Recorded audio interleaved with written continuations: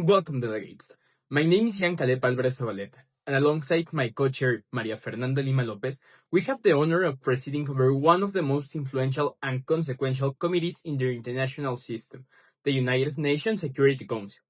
On behalf of the MUNYCH associations and the entire GIV-MUN team, we extend our warmest diplomatic welcome to each of you.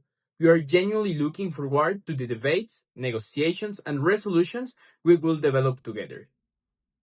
The Security Council was established in 1945 as part of the United Nations Charter, emerging from the ashes of World War II and the failure of its predecessors, the League of Nations.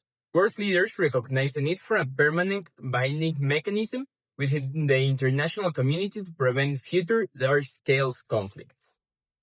The United Nations Security Council comprises 15 member states, 5 permanent members that are China, France, Russia, the United Kingdom, and the United States, and 10 no-permanent members elected by the General Assembly for 2-year terms. A key power of this council is the veto right, held exclusively by the 5 permanent members. This allows any substance resolution to be blocked if a permanent member votes against it. Consequently, diplomacy, negotiation, and strategic cooperation are essential for the success of any proposal. Through its history, the Security Council has faced defining moments. During the Korean War in 1950, it authorized a multinational military response, notably possible only because the Soviet Union was boycotting the Council at the time. Decades later, in 1990, it passed Resolution 678, authorizing the coalition that reserves Iraq's invasion of Kuwait. More recently, Resolution 1973 in 2011 authorized a no-fly zone over Libya, sparking lasting debate about the limits of humanitarian intervention and the responsibility to protect doctrine. These cases illustrate both the Council's capacity for decisive actions and the political tensions that can render it gridlocked.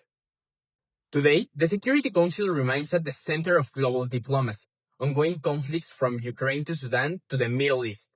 Tests its cohesion and legitimacy on a daily basis. Its resolution shapes peacekeeping mandates, arms embargoes, counter-terrorism frameworks, and humanitarian access agreements that directly affect millions of lives. The Council's decisions or its failure to reach them have real consequences for the international order. As delegates, you will be stepping into that arena. Here is a fact worth keeping in mind as you prepare. The Security Council has never formally defined what constitutes a threat to international peace and security, the very threshold that triggers its authority.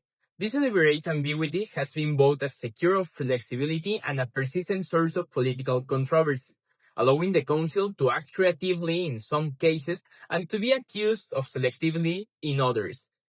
It is a reminder that in diplomacy, legal language and political will always be in conversation. Our mission is to promote international peace and security through diplomacy, cooperation, and collective action. Throughout this committee, delegates will be challenged to create realistic and effective solutions to some of the world's most urgent crises while balancing sovereignty, humanitarian responsibility, and international law. During this MUN, in Security Council we will be talking about 2 topics. Topic A is about international intervention in failed states facing prolonged humanitarian crises.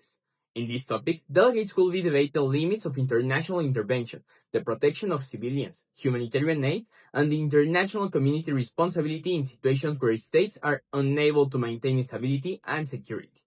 Delegates must balance state sovereignty with humanitarian duty while proposing long-term, effective solutions. Topic B is the regional destabilization caused by non-state armed groups and proxy conflicts, the case of Ukraine and Russia.